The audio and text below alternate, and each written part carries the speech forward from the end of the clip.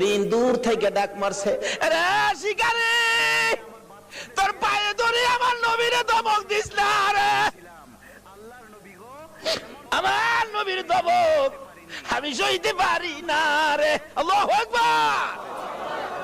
আমার নবীর কষ্ট হরিণ হইয়া সইতে পারে না, আমরা উম্মত হইয়া কেমনে সইলাম গো। হরিণ ডাকতেছে, শিকারী রে দমক দিস না রে, আমার নবীরে দমক দিস না, পিছনে চাইয়া দেখ আমি আইসা গেছি।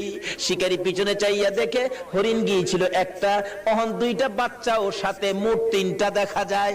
হরিণ দেখে আর কিছু কয় না। বাচ্চা হরিণ দুইটা যখন নবীর সুন্দর চেহারা দেখা যায়, মায়ের আগে আগে বাচ্চা দুইটা যাইয়া আমার নবীর দুইটা পাও মুবারকে পড়ে গেছে। হুজুর, হুজুর গো, আমার মা বেয়াদবি করেছে হুজুর, আমরা দুইটা বাচ্চা আপনার পায়ে ধরি, আমার মার বেয়াদবির ক্ষমা দেন। যতক্ষণ পর্যন্ত আমার মার বেয়াদবির ক্ষমা না দিবেন গো, আমরা জীবন যাবে এ মায়ের দুধ আমরা খাবো না।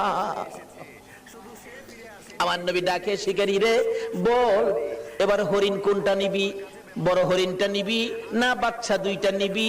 না, যেই নবী হরিণ ছাড়লে হরিণ আসে